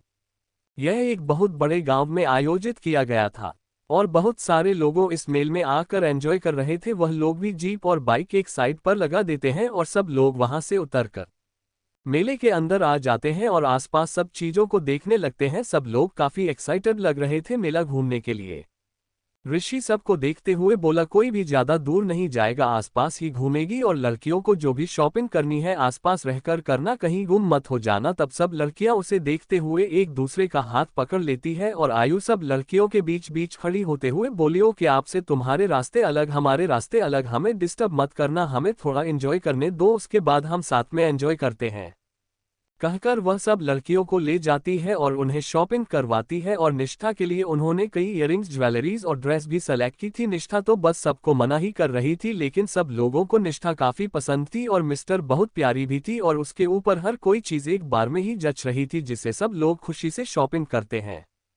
निष्ठा भी सबके लिए कुछ ना कुछ खरीदी थी है अपनी स्कॉलरशिप के पैसों से, लेकिन उससे थोड़ा अजीब लग रहा था। उसने ये सब पहले कभी नहीं किया, लोगों से बात करना और मिलना और ऐसी चीजों के लिए उन्हें पूछना, लेकिन फिर भी वह सब कुछ सबके साथ एंजॉय कर रही थी। कुछ देर बाद खा पीकर सब लोग मेला के बीच बीच फिर से इकट्ठे हो गए। अब सब लोग राइड्स लेने वाले थे। पहले वह सब लोग व्हील फेयर में जाने के लिए एक्साइटेड हो रहे थे, लेकिन इतना बड़ा व्हील फेयर देखकर निष्ठा तो काफी ज्यादा डर रही थी, साथ साथ यश भी, और सब लोग नॉर्मल थे और सिया और यश काफी ज्यादा एक्साइटेड लग रहे थे। निष्ठा सबको देखकर अपना सर नामे हिलाते हुए बोली, मुझे इसमें नहीं जाना। तो सिया उसके हाथ को कसकर पड़ते हुए बोली, चल मेरे साथ, कुछ नहीं होगा, तू डर क्यों रही है, डर के आगे जीत है, कहकर उसे अपने साथ खींचते हुए आगे ले जाती है। उसने यश को भी अपने साथ ले लिया था क्योंकि यश उसके फोटोज क्लिक करने वाला था। वहीं निहाल भी मौका पाते ही उनके साथ चला गया और निष्ठा के सामने वाले जगह पर बैठ जाता है। यश, सिया, निष्ठा और निहाल एक ही जगह पर व्हील फेयर में बैठ जाते हैं। सिया जी से फोटो उठाने का बहुत मन था, वह निहाल से अपना जगह एक्सचेंज कर लेती है। कुरान यश को पता नहीं क्या हो रहा था, वह भी उसके बात मानकर उस फोटो उठा रहा था और जिससे सिया तो काफी ज्यादा खुश हो रही। उसे तो फ्री का फोटोग्राफर ही मिल गया था। वहीं निहाल जाकर निष्ठा के पास बैठ जाता है। निष्ठा जो काफी डरी हुई लग रही थी, वह बिल्कुल डरी शमी से चुपचाप बैठी हुई थी। निहाल उसके पास बैठकर उसके कान में धीरे से बोल, क्या हुआ, डर लग रहा है? तो पहले वह उसे देखते हैं, फिर अपने सर नीचे करके अपना सर हमें हिला देती है। तो निहाल उसे देखते हुए बोला, डरो मत, कुछ नहीं होगा। तभी धीरे धीरे वह व्हील फेयर चलने लगा और वह नीचे से ऊपर की ओर जाने लगा। उसके ऊपर की तरफ पहुंचते हुए देखकर निष्ठा तो काफी ज्यादा डर गई थी और उसे निहाल के हाथ को कसकर पकड़ लिया था। उसे पता ही नहीं चला कि कब उसने निहाल के हाथ को पकड़ा हुआ था। वही सिया और यश जो दोनों काफी खुश होकर फोटो क्लिक करने में बिजी थे, एकदम से डर जाते हैं और कैमरा को साइड में रखकर एक दूसरे को ही पकड़ लेते हैं। वही निष्ठा डर की वजह से अपनी आंखें बंद कर ली थी और निहाल के हाथों कसकर पकड़ लिया था। निहाल ने भी उसके हाथों पर अपना हाथ रख दिया था। तभी धीरे धीरे से नीचे और भी लोग बैठने लगे और एकदम से जोर से स्टार्ट हो गई, जिसके साथ ही सब लोगों की जोर जोर से चिल्लाने की आवाज आई, जिससे सब लोग डर भी रहे थे और एंजॉय भी कर रहे थे। निष्ठा तो काफी ज्यादा डर गई, इतनी जोर जोर चलने से वह तो एकदम से निहाल के शर्ट को ही पकड़कर बैठ गई थी। वह बिल्कुल उससे चिपक कर बैठी हुई थी। वहीं निहाल को समझ आ रहा था कि निष्ठा को काफी ज्यादा डर लग रहा है, जिस वजह से वह उसे अच्छे से अपने बाहों में भर लेता है, लेकिन उसे तो हालांकि मजा आ रहा था। निष्ठा को अपने करीब महसूस करके उसके चेहरे पर मुस्कान जा ही नहीं रही थी। तभी वह सामने जब यश और सिया को देखा है, उसके तो हंसी छूट गई थी। वह दोनों ठीक से नहीं बैठे थे, जिस वजह से अभी सिचुएशन ये थी कि सिया तो एडजस्ट हो गई थी, लेकिन यश खिसक गया था। वह सिया के दोनों पैर को पकड़कर नीचे ही बैठ गया था और सिया डर कर साइड हैंडल को पकड़े हुए बैठी थी और अपने पर छुड़ाने की कोशिश कर रही थी, क्योंकि उसे अजीब लग रहा था इसे उसके पैर को पकड़ने से और उसे डर भी काफी लग रहा था। वही उनका ये सीन देखकर तो निहाल की हंसी छूट जाती है और वह जोर जोर से हंसने लगता है। हंसते हुए बोला, आप भी क्या हो रहा है तुम दोनों का? तो यश उसके पैर को कसकर पकड़ते हुए बोल, बच्चाले रे भाई, मुझे इस लड़की के चक्कर में तो आज मैं यमराज के पास ही पहुंच जाऊंगा। यश की बात सुनकर सिया गुस्से से बोली, आपको किसने कहा था कि इतनी खो जाए कि पता ही ना चले? कभी व्हील स्टार्ट हो गया, अब मैं क्या करूं? लेकिन आप मेरे पैर छोड़िए, मैं गिर जाऊंगी। तो यश चिल्लाते हुए बोला, कैसे गिरोगी? तुमने तो साइड में अच्छे से पकड़ा हुआ है ना। उनका सीन देखकर तो यह निहाल की हंसी नहीं रुक रही थी। तभी वह अपने सीने में छुपा हुआ निष्ठा को देखा है, जिसकी आंखों में कुछ बूंदे आंसू थे। वह निहाल के शर्ट को भिगाने में बिजी थी। निहाल उसकी ऐसी हालत देखकर थोड़े परेशान हो जाता है, लेकिन फिर उसके सर सलाकर उसका माइंड डाइवर्ट करने के लिए उसे बहलाते हुए बोला, निष्ठा अपनी आंखें खोलो, देखो सामने क्या सीन है। तो वह अपने सरना में हिला देती है, तो निहाल उसके बाल सहला के जबरदस्ती उसे आंखें खोलने के लिए कहता है, तो वह अपनी आंखें खोल देती है और सामने यश और सिया को ऐसे लड़ते हुए देखकर वह पहले तो डर जाती है और काफी शॉक भी हो जाती है, लेकिन उनका सीन देखकर उसके चेहरे पर भी हंसी आ जाती है। निहाल उसे पर अपनी पकड़ मजबूत करते हुए बोला, अब डर लग रहा है? उसके ये बताते से निष्ठा को अचानक से याद आ जाता है कि वह अभी भी वहीं पर है, तो वह झट से उसे पकड़ लेती है। तो निहाल मुस्कुराते हुए धीरे से उसके कान में हल्की आवाज में बोला, मुझे तो ऐसा लग रहा है कि तुम जानबूझकर मुझे पकड़ रही हो। तो निष्ठा उसकी बात सुनकर एक नज़र बस हल्की सी उसे देखते हैं, लेकिन डर की वजह से फिर अपने आंख बंद कर लेती है। उसके आगे खुले हुए हल्के बाल जो हवा के वजह से लहरा रहे थे, वह बार बार उसे गाल को चूम रहे थे। निहाल धीरे से उसके बाल को उसके कान के पीछे करता है, ऐसे ही देखता रह जाता है। वहीं दूसरे वाले में कृष, तारा, ऋषि और सिया थे। वह चारों ही एंजॉय कर रहे थे, लेकिन फिर भी सिया का ध्यान बार बार अपने फोन की ओर जा रहा था, जिससे वह तीनों ही महसूस कर पा रहे थे, लेकिन कोई कुछ नहीं कह रहा था। वह सब नीचे आ जाते हैं। नीचे आते ही यश गहरी सांस लेते हुए जमीन पर बैठ जाता है, अपने सर पर हाथ रख लेता है। सिया की भी हालत इतनी खास अच्छी नहीं थी। वहीं उनकी हरकत और हालात देखकर निष्ठा और निहाल की तो हंसी ही नहीं रुक रही थी। वे सब लोग तो निष्ठा और निहाल को देख रहे थे। निहाल की हंसी तो नॉर्मल है, क्योंकि वह हंस लिया करता था, लेकिन निष्ठा को भी हंसते हुए देखकर सब लोग काफी खुश लग रहे थे। वहीं निष्ठा और निहाल ने एक दूसरे के हाथों को पकड़कर खड़े थे और हंस जा रहे थे। वहीं यश उन दोनों को घूरते हुए बोला, तुम दोनों को हंसी आ रही है, पता है इसकी वजह से मैं आज यमराज के पास जाते जाते बच गया। वह दोनों शांत हो जाते हैं और फिर यश आगे बोला, इस लड़की ने मुझे फोटो खींचवाने के लिए कहा और मैं भी बेचारी लड़की समझकर फोटो खींच दिया, लेकिन उसने तो मुझे बताया ही नहीं कि कब व्हील फेयर स्टार्ट हो गई और मैं जाकर इसके पैर के पास गिर गया और ये तो मुझे अपने आप को पकड़ने भी नहीं दे रही थी। तो सिया उसे देखते फिर बोली कि मेरे पैर को पकड़ सकते हैं, मुझे बहुत अनकंफर्टेबल लग रहा था। तो यश उसे घूरते हुए बोला, तुम्हारे अनकंफर्टेबल के चक्कर में मैं जो हमेशा के लिए टेबल पर आ जाता है उसका क्या? उसकी बात सुनकर सब एकदम से शांत हो जाते हैं, फिर सब लोग हंसने लगते हैं। तभी आयु निष्ठा को देखते हुए उसके कंधे पर हाथ रखते हुए बोली, अरे तुमने तो काफी एंजॉय किया है लगता है। उसके बाद सुनकर निष्ठा जो निहाल का हाथ पकड़े हुए थे एकदम से छोड़ देती है और थोड़ी दूर खड़ी हो जाती है और आयु को देखकर अपना सर नीचे करते हुए बोली, जीदी निष्ठा की खुशी देखकर निहाल और बाकी सभी खुश हो जाते हैं। तभी फिर तारा सबको देखते भी बोली, मुझे कुछ काम है, मैं 2 मिनट में आई। वह किसी के कुछ कहने से पहले वहां से चली जाती है। सब लोग एक दूसरे को देखने लगते हैं। फिर सब लोग एक अच्छा सा वहीं पर बने ढाबा देखते हैं और वहीं पर खाना खाते हैं। तारा भी कुछ देर में आकर उनको ज्वाइन कर लेती है और सब लोग एक साथ खाना खाने लगते। खाना खाने के बाद सब हॉस्टल के लिए निकल रहे थे कि तभी तारा सबसे पहले खाना खाकर उठते हुए बोले, मुझे वॉशरूम जाना है। फिर वह निष्ठा का हाथ को पकड़ते भी बोली, तुम चलो मेरे साथ। तो निष्ठा भी उसके साथ चली जाती है। निष्ठा और तारा एक साथ वॉशरूम के पास जाती है। तारा अंदर जाती है और निष्ठा वही बाहर उसका इंतजार कर रही थी और वह वॉशरूम से थोड़ी दूर ही खड़ी थी कि कुछ देर बीत जाता है लेकिन उसे तारा का आने का एहसास नहीं होता। इससे बहुत देर हो जाती है जिससे उसे अभी डर लग रहा था। वह वहां पर अकेली थी और उसे वैसे भी अनजान जगह अकेलापन से काफी ज्यादा डर लगता था। वो आसपास किसी को ढूंढने लगी और तारा को भी ढूंढ रही थी लेकिन उसे तारा कहीं भी नहीं मिल रही थी, जिससे वह परेशान हो गए। वहीं बाकी सब जो जीप के पास उन दोनों का इंतजार कर रहे थे अभी वह सब परेशान हो गए थे। वह सब लोग जाकर वॉशरूम के पास ढूंढते हैं। उन्हें निष्ठा वहीं आसपास परेशान मिल जाती है लेकिन निष्ठा की हालत खराब थी, उसकी आंखों में आंसू थी, वह काफी डरी हुई लग रही थी और आसपास सब लोगों को देख रही थी, शायद किसी को ढूंढ रही थी। उसे परेशान देखकर आयु उसके पास गई और ऋषि भी उसके पास जाते हुए उसे देखकर बोला, तुम यहाँ, तारा कहाँ है? तो वह अपने आंखों में आंसू लाते हुए बोली, ऋषि भैया मुझे नहीं पता तारा कहाँ है, वह बस बाथरूम के लिए अंदर गई थी और मैं बाहर खड़ी थी और अब तक वह वापस नहीं आए और मैं अंदर भी ढूंढ लिया, वह वहां पर नहीं है। उसकी बात सुनकर सब लोग परेशान हो जाते हैं। तभी कृष बोला, ऐसे कैसे अंदर नहीं है? आसपास देखो अच्छे से, छोटी बच्ची है क्या, कहीं चली जाएगी, ढूंढो। कहकर वह आसपास ढूंढने लगता है लेकिन उन्हें तारा कहीं नहीं मिलती, जैसे सब लोग काफी परेशान हो गए थे। वहीं निष्ठा तो रोक रोकर अपनी बुरा हाल कर रही थी क्योंकि वह भी उसके साथ आई थी। वही उससे परेशान देखकर बाकी सब भी परेशान हो रहे थे। ऐसे ही वह सब लोग परेशान हो जाते हैं। तभी निहाल सबको देखते हुए बोला, रुको, मुझे ऐसा लग रहा है हम जो सोच रहे हैं वैसा नहीं होगा, क्योंकि तारा का डिस्टर्ब लग रही थी, आज मैंने नोटिस किया था। तो सब लोग उसे देखने लगते हैं। तो कृष ऋषि भी बोले, हम डिस्टर्ब तो लग रही थी, मुझे भी कई दिनों से एहसास था।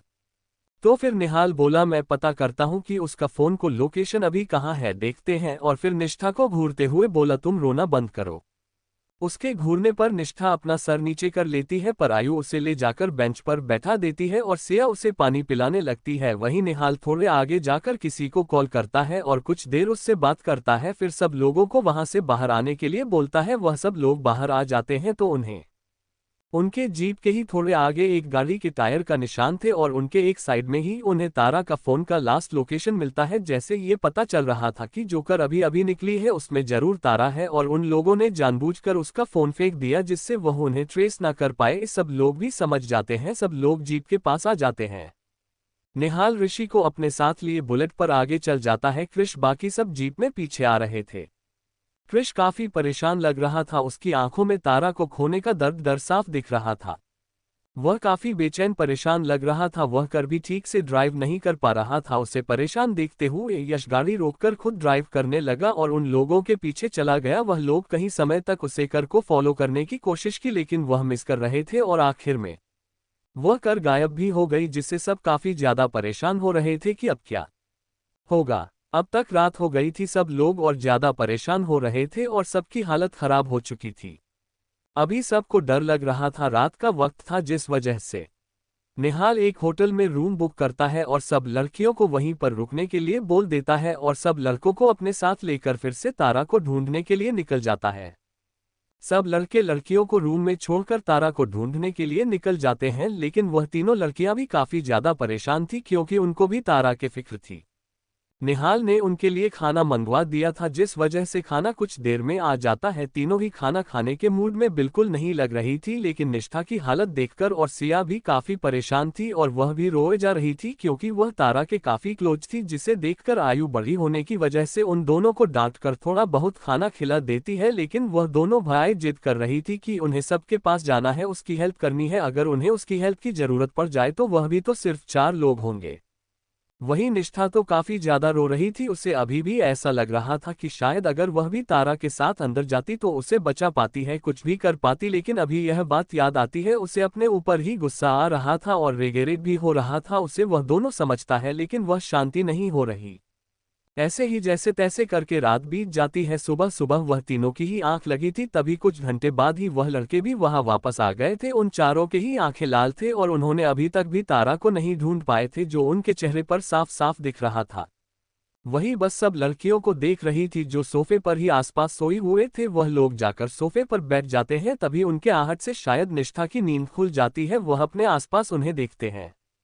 वह जाकर निहाल को देखते हुए उसके हाथ को पकड़ते हुए बोली, तारा मिल गई, प्लीज बताए ना आप मुझे, तारा मिल गई क्या? उसके बाद सुनकर निहाल उसे अपनी लाल आंखें से देखा है लेकिन कुछ नहीं कहता। निष्ठा को भी शायद अपना जवाब मिल गया था। उसकी आंखों में फिर से आंसू आ जाते हैं। बाकी सब काफी परेशान हो रहे थे। ऋषि भी काफी परेशान था। वह अपना फोन निकलता है तो यस उसे देखते हुए बोला, क्या तुम अभी पुलिस में कंप्लेंट करोगे? तो वह बोला, नहीं, पुलिस को कंप्लेंट करने का कोई फायदा नहीं होगा उनका। पहले तो हम उसे ढूंढ लेंगे लेकिन मुझे बड़े पापा को इन्फॉर्म करना होगा। वही कृष को तो अभी कुछ समझ ही नहीं पा रहा, तो उसका तो सब्र का बांध टूट गया था। गुस्से से वहां से उठकर बालकनी की ओर चला जाता है और अपने हाथों का एक पांच दीवार पर मार देता है, जिससे उसके हाथों से खून बहने लगते हैं। उसकी आंखों में तारा और उसके पहली मुलाकात से लेकर अब तक के जो भी लम्हे थे वह सब आ रहे थे, जो उसकी आंखों में आंसू बनकर बह जा रहे थे।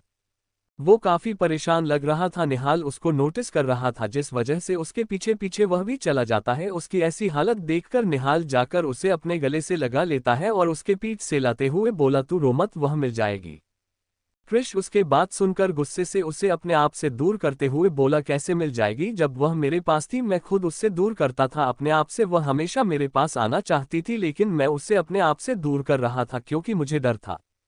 कहकर रुक जाता है तो निहाल उसे देखते हुए बोला, क्या तुझे डर था कि एक लड़की की वजह से तेरी दोस्ती खत्म हो जाएगी? तुझे हमारे दोस्त पर यकीन नहीं था क्या? हमारे दोस्ती इतना कमजोर है कि अगर तू किसी से प्यार करेगा तो हमारी दोस्ती पर वह बात आ जाएगी। उसकी बात सुनकर कृष कुछ नहीं बोलता, तो दूसरी तरफ आयु जो बालकनी के पास खड़ी थी वह उसके पास आते हुए उसके गाल पर एक थप्पड़ मार देती है, जिससे कृष का गाल एक तरफ झुक जाता है। वह उसके कॉलर को पकड़ते हुए उसे अपने और करते हुए बोली, साला तूने बताया नहीं कि तू उससे प्यार करता है, कर तो बता देता, क्या हम उसे तुझसे दूर करते? तुझे हम पर इतना भी यकीन नहीं था? तेरी खुशी हम सबके लिए बहुत ज्यादा जरूरी थी। और फिर तभी पीछे से एक आवाज आई, तू थोड़ी ना पूजा से प्यार करता था जिसकी वजह से हमें प्रॉब्लम होगी? तू तो तारा से प्यार करता है ना, वह तो कितनी अच्छी और प्यारी लड़की है। उसकी आवाज सुनकर तीनों ही उससे घूरने लगे। वही यश अपने दांत दिखाते हुए बोला, सॉरी, मुझे पता है कि बात सीरियस चल रही है लेकिन फिर भी यह अगर इतने अच्छे लड़की से प्यार करने के बाद भी छुपाएगा तो इससे ज्यादा बेवकूफ कोई नहीं होगा। और बल्कि यह तो एडमिट भी नहीं कर रहा है। अगर तारा मेरी गर्लफ्रेंड होती तो मैं सबसे पहले तुम लोगों को मिला था। देखो मैं कितना अच्छा हूं और यह कितना बेवकूफ। चलो हम सब भाभी को लेकर आते हैं। तो सब उसे देखने लगते हैं। तो यस उन सबके पास जाकर उन लोगों को घूरते हुए अपने कमर पर हाथ रखते हुए बोला, अरे अगर कृष उसको प्रपोज कर देगा तो वह हमारी भाभी हो जाएगी ना, अगर उसने प्रपोज नहीं किया तो मैं कर लूंगा तभी भी भाभी हो जाएगी, मेरी नहीं तुम सबकी, ठीक है? उसके बाद सुनकर कृष उसके पेट को मारते हुए बोला, भाभी होगी तेरी? तो ये सब अपने पेट पकड़ते हुए बोला, हाँ मैंने भी तो वही बोला ना। तो वह तीनों उसे घूरने लगे, फिर एक दूसरे को हक कर लेते हैं। वही दूसरी तरफ सिया अभी तक सोई हुई थी और निष्ठा ऋषि को समझा रही थी और उसे पानी पिलाने की कोशिश कर रही थी। वह उसे शांत करवाने की कोशिश करवाते हुए बोली, भाई सॉरी, मेरी वजह से ये सब हुआ, अगर मैं उसके साथ अंदर चली जाती तो ऋषि उसके हाथ को पकड़ते हुए बोला, तुम्हारी इसमें कोई गलती नहीं है, जिसने भी यह सब किया है उसका मोटिव तारा के लिए ही है। और मुझे ऐसा क्यों लग रहा है कि तारा भी सबके बारे में जानती है और वह अपनी मर्जी से गई है, जिस वजह से ही मुझे काफी डर लग रहा है। वह आसानी से लोगों पर भरोसा कर लेती है। वह दिखती है काफी समझदार लेकिन भोली है, बिल्कुल तुम्हारी तरह सबके बातों में आ जाती है। इसी का डर है मुझे, उसे अगर कुछ हो गया मैं क्या करूंगा, उसके सिवा मेरा ही कौन? कहते हुए उसकी आंखों में आंसू आ जाते हैं और वह निष्ठा को गले लगा लेता है। निष्ठा भी उसका पीठ से हिला लेती है, तभी वहां सब वापस आ जाते हैं। और ऋषि को रोते हुए देखकर यश जाकर उसे घूरते हुए बोला, अरे तू लड़कियों की तरह रो क्या रहा है? तुझे अपनी बहन के पास नहीं जाना? तो वह उसे देखने लगता है तो वह अपना दान दिखाते हुए निहाल की तरफ इशारा करता है। निहाल अपने फोन को स्टाइल से पकड़ते हुए बोला, चलो पता चल गया कि तारा कहाँ है। तो सब लोग खड़े हो जाते हैं निहाल सब लोगों को एक नज़र देखते हुए। फिर आयु को देखते हुए बोला, आयु तू अपने दोनों बच्चों को संभाल और हमें जान दे। तो आयु उन दोनों को एक एक नजर देखी है, फिर उसे घूरते से बोली, मुझे तुम लोगों के साथ जाना है। तो सिया और निष्ठा दोनों भी हिम्मत करते हुए बोले, हमें भी आपके साथ जाना है। लड़के तो काफी मना करते हैं, लेकिन अब तो आयु खुद जिद में आ गई थी और आयु के जिद देखकर ये दोनों भी जिद में आ गए थे। तो सब लोग एक साथ के लिए निकल जाते हैं। जैसे लोकेशन पास आ रहा था, वो लोग कंफ्यूज हो रहे थे, तभी उन्हें एक जगह पर एक बुजुर्ग आदमी मिलते, जिससे वह उसे जगह की लोकेशन को पूछते हैं। और उन्हें जब जगह का नाम पता चलता है तो उन सबको ही एक बड़ा शौक लगता है। यह एक बदनाम गली है जहां पर लड़कियों का सौदा किया जाता है और हर लड़की की इज्जत यहां पर रात में नीलाम होती है, जो इतना ज्यादा खराब है। लोग सुनते जान जाते हैं कि उसे जगह कितने खराब है। जब वह बुजुर्ग आदमी उन्हें ये सब बताता है तो उन लोगों को तो बहुत बड़ा शौक लगता है। सब एक दूसरे को देखने लगते हैं। वही कृष दिल तो जोर जोर धड़क रहा था। आयु ने उसके हाथ को कसकर पकड़ रखा। कुछ देर में उन लोगों के जीप और बाइक को वहां पर रोक दिया जाता है। वहीं बाइक पर ऋषि और निहाल आए थे और बाकी सब जीप में आए थे। वहीं वह सब लड़कियों को मना करते हैं अंदर जाने के लिए, क्योंकि वह जगह उनके लिए सेफ नहीं थी, जिस वजह से उन लोगों को एक साइड में छुपे रहने के लिए बोलते हैं। और काफी समझाने के बाद वह तीनों लड़कियां मान जाती है और यह चारों लड़के अंदर की ओर चले जाते हैं। उसे गली में हर लड़कियां बाहर खड़ी थी और सब लड़कों को ही अपने साथ हम बिस्तर होने के लिए बुला रही थी, जो काफी ज्यादा उन लोगों के लिए अनकंफर्टेबल था, क्योंकि वह है तो कॉलेज के स्टूडेंट ही थे। ये काफी अजीब लग रहा था, लेकिन फिर भी तारा को ढूंढने के लिए वह सब अंदर की ओर चली जाती है। वही आयु सिया निष्ठा जो बाहर खड़ी थी और उन लोगों को अंदर झांक झांक कर गली को देख रही थी। उन्हें देखकर आयु गुस्से से बोली, कितनी घटिया औरतें हैं ये सब, ऐसे कैसे कर रही है, देखो कैसे लड़कों को अपने और खींच रही है। इस लड़कियां भी होती है जो अपनी इज्जत को नीलाम कर रहे थे, इससे सारे आम। उनकी बात सुनकर वह दोनों कुछ नहीं कहत आए। तब भी आयु गुस्से से पीछे की ओर चली जाती है तो वह दोनों उसके पीछे पीछे चले जाते हैं। कुछ कदम चलते ही उन्हें एक पतली सी गली दिखती है। आयु उन दोनों को देखते हुए बोले, मैं अंदर जा रही हूं, तुम दोनों चलना चाहोगी? तो वह दोनों झट से अपना सर हम में हिला देती तो वह सब एक साथ निकल जाते हैं। वहीं पर सब लड़के जाकर सबसे बड़ी कोठी के बाहर पहुंच चुके थे और अंदर जाते हैं। वहां पर बड़े से महल के बीचों बीच पहुंच गए थे। वहां पर एक औरत पान का बटुआ से पन खाते हुए उन्हें ही देख रही थी। वह चारों हैंडसम लड़कों को देखते हुए बोली, देखे तो तुम अभी अभी ताजे ताजे नौजवान लग रहे हो, क्या हुआ नई नई लड़कियों को टेस्ट करने आए हो? कहकर वह उन्हें देखते हुए फिर मुस्कुराते हुए बोली, दाम काफी लगेगा। वही उसकी बात सुनकर सब लोगों को काफी ज्यादा गुस्सा आ रहा था। तभी निहाल सब लोगों को अपनी आंखों से ही शांत करवाता है और उन्हें देखते पर बोला, हमें एक नई लड़की चाहिए जो बिल्कुल नई हो। तो वह मुस्कुराते हुए बोला, हमें मतलब तुम्हें अकेले को चाहिए या सबको? तो वह बोला, हम चारों को एक ही नई लड़की चाहिए।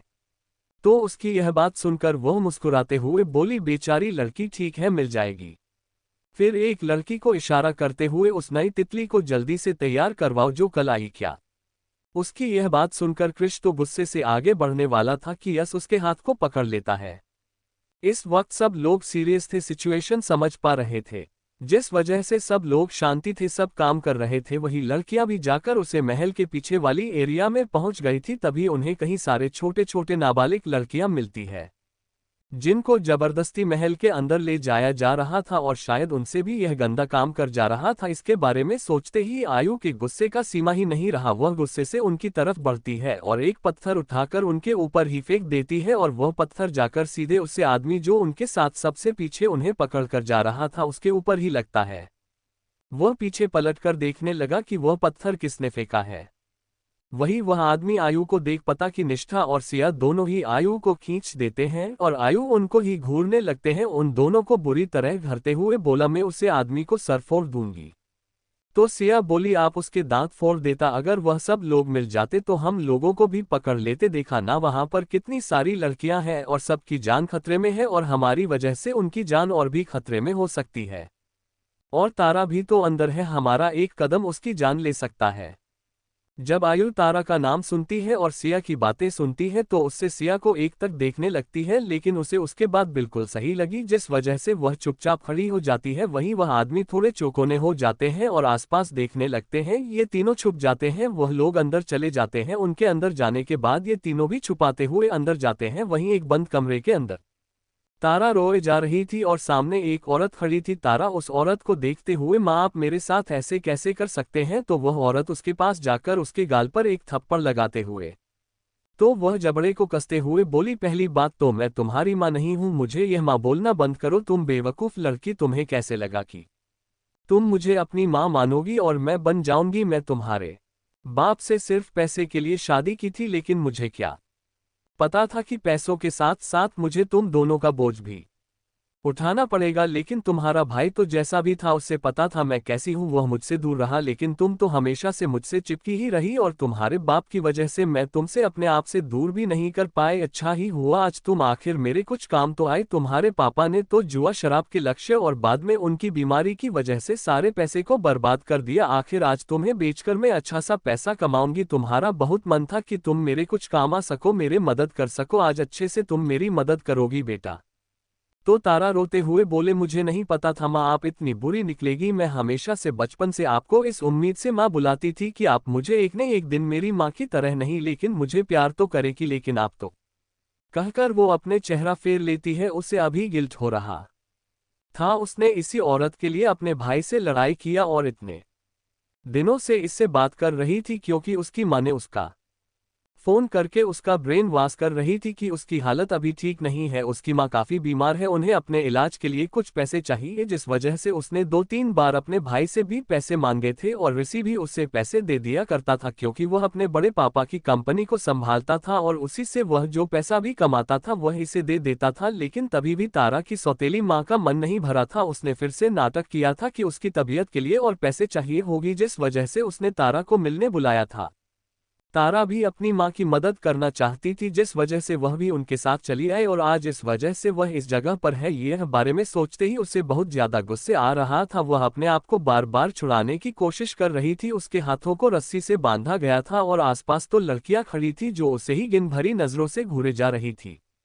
तभी दरवाजे पर दस्तक होता है, एक औरत अंदर आती है और सुधा जतारा की सौतेली माँ उसे देखते फिर बोली, इस नई तितली के लिए 4 लड़के आए हैं और जो मुंह मांगी रकम देने के लिए तैयार है, तुम चाहो तो इसे अभी।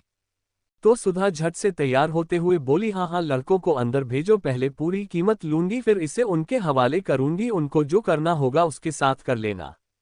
दरवाजा खुला था जिस वजह से यह आवाज बाहर खड़े हो चारों सुन रहे थे में से ऋषि, जो कि आवाज को अच्छे से पहचानता था। जब वह उसे आवाज को सुनता है तो उसका गुस्से का बंद एकदम से टूट जाता है। वह दरवाजा को झट से खोलकर अंदर आते हुए गुस्से से सुधा का गला पकड़ लेता है। सुधा और बाकी सब तो एकदम से हैरान हो जाते हैं। निहाल यश अंदर आ जाते हैं। वही सुधा जब ऋषि को देखते हैं तो डर से कांप रही थी। वही कृष तो किसी की भी परवाह ना करते हुए सीधा तारा के पास जाता है। वह औरत जो तारा के आसपास थे कृष का गुस्से और उसका और को देखकर पहले ही साइड हो जाती है और तारा भी आंसू भरी आंखों से जो अपने भाई को देख रही थी, अब इसकी सीधी नजर कृष की नजरों से मिलती है। कृष की आंखों में आंसू थे, इसके आंख सुर्ख लाल थी। कृष आकर सीधे तारा को खड़ा करता है और उसके हाथों को छत से खोल देता है। उसके हाथों को खोलते ही तारा जल्दी से उसके सीने से लग जाती है। कृष भी उसे अपनी बाहों में भर लेता है, उसे शांत करता है। उसके कपड़े फटे हुए थे, बाल बिखरे हुए, उसकी हालत काफी खराब थी, रात भर रोने की वजह से उसकी आंखें सूज गई थी। वहीं दूसरी तरफ आयुष, सिया और निष्ठा तीनों ही छुपाते हुए चली जा रही थी कि तभी एक आदमी जो शायद उन्हीं का ग्राहक था और किसी औरत के लिए यहाँ आया था, उनकी नज़र उन तीनों लड़कियों पर जाती है। वह इन तीनों लड़कियों को देखते हुए उन्हें अपने पास बुलाता है। वह काफी रईस और नशे में दिख रहा था और ये तीनों जब उन्हें देखते हैं तो पहले हड़बड़ा जाते हैं क्योंकि यह जान गई थी इंसान जरूर यहाँ पर किसी औरत के साथ हम बिस्तर होने के लिए ही आया होगा। वह तीनों चुपचाप खड़ी हो जाती है। तभी वह आदमी तीनों लड़कियों को देखते हुए पूरा, तुम तो यहाँ की नहीं लगती, नहीं आए हो क्या? वह तीनों छत से अपने कर हवा में दिला देते हैं। तीनों को ही गुस्सा आ रहा था क्योंकि उसकी नजरें काफी गंदी थी उन दिनों पर। तब वह उन तीनों को देखते हुए बोला, चलो मेरे साथ थोड़ा मजा कर लो। सब लोग काफी डरे हुए थे। निष्ठा तो खुद डर से कम रही थी, लेकिन वह शायद कुछ समझ गई थी। वह धीरे आपस में बोली, आपने जिस चुना है आप उसके साथ चाहिए, हम सबको बाद में कहकर वह रुक जाती है। तो वह आदमी उन तीनों को देखते हुए बोला, ठीक है कहकर वहां से चला जाता है। उसके जाने के बाद वह सब गहरी सांस लेते हैं और निष्ठा तो बिल्कुल कांप रही थी। सिया और आयु से संभालते हैं। आयु उसके सर को सहलाते हुए बोली, अरे तुम तो काफी समझदार हो, कितने अच्छे से उसे हैंडल कर लिया। और वह आदमी भी नशे की वजह से पता नहीं शांत था और चला भी गया। निष्ठा डर से कम रही थी तो आयु उसे देखते भी बोली, अब डर क्यों रही है? जब तुझे डरना चाहिए था तो तूने समझदारी से कम लिया, अब चल। वह भी चुपके छुपाते हुए उस कमरे के पास पहुंच जाते हैं और अंदर से उन्हें जब सब लोगों की और ऋषि के चिल्लाने की आवाज आती है तो वह तीनों भी अंदर घुस जाते हैं। अंदर कृष तारा को बाहों में थामे हुए खड़ा था और निहाल और यश दोनों ही ऋषि को सुधा जी को छोड़ने के लिए बोल रहे थे। सुधा जी के सांसें उखड़ने लगी थी, उनका दम घुट रहा था। निहाल के कहने पर ऋषि उन्हें छोड़ देता है। उनको घूरते हुए बोला, तुम्हारी हिम्मत कैसे हुई मेरी बहन को चोट पहुंचाने की, भी तुम्हें तो तोड़। निहाल और यश दोनों ही उसे थाम लेते हैं। निहाल उसे देखते भी बोला, तू अपना गुस्सा शांत कर, इस वक्त गुस्सा लेने का नहीं है। देख तारा कितना डर रही है। तो ऋषि की नजर भी तारा पर पड़ती है और वह भागकर अपनी बहन के पास जाता और छट से तारा को अपनी बाह में भर लेता है। तारा अपने भाई के सीने में लगी जोर जोर से रो रही थी और सकते हुए बोली, भाई सॉरी। यह कहते कहते वह बेहोश हो जाती है। उसको बेहोश होता हुआ देखकर कृष काफी ज्यादा परेशान हो जाता है। वह छत से तारा को उससे अलग करते हुए उसके चेहरे को थामते हुए बोला, क्या हुआ तारा, उठो तारा। वह काफी परेशान लग रहा था। सब लोग भी एकदम से डर जाते हैं। कृष छत से तारा को गोद उठा लेता है और बाहर क्यों निकल जाता है। वह सब भी उनके पीछे पीछे चले जाते हैं। वो जैसे ही हॉल में पहुंचते हैं तो उन्हें दिखता है कि दरवाजा बंद है और सामने वह औरत जो इस जगह की मालकिन थी, पैरों पर चढ़ा है बैठी हुई थी। वह किसी रानी की तरह लग रही थी। वह उन सबको घूरते हुए बोली, तुम्हें क्या लगा ये महल तुम्हारे बाप का है कि जब मन हो चले आए और जब मन हो चले जाए। ये रानू दीदी का कोठा है, यहाँ पर उसका ही रस चलता है। ये कहकर वह एक इशारा करता है तो उन सब लोगों को करीब 8 हते-कते बॉडीगार्ड घेर लेते हैं। सब लड़कों को पकड़ लेते हैं और लड़कियों को पकड़ लेते हैं और दोनों को एक एक जगह पर बैठा देते हैं और उनके सिरहाने बंदूक ताने खड़े हो जाते हैं। रनो दीदी भी बैठकर सब लोगों को घुरती हुए बोली, यह क्या मच्छी मार्केट बना दिया है। पहले इसकी माँ आकर इसे बेचती है, फिर तुम लोग आकर उसे ऐसे लेकर जाते हो। पहले तो पैसे दो, इसके बाद इसे लेकर जाओ जहां जाना है। तो ऋषि बोला, कितने पैसे चाहिए तुम्हें, जितने बोलोगे उस डबल मिलेगा, लेकिन मेरी बहन को यहाँ से ले जाने दो। तो हंसते हुए बोला, तुम्हारी बहन को तुम यहाँ से ले जाकर भी क्या करोगे। इस कोठी में जो भी आता है उसके नाम में ही बदनामी आ जाती है। तुम लेकर क्या करोगे इसे, अगर चाहो तो इसे यही छोड़ जाओ, यहाँ पर इसे सब कुछ मिलेगा।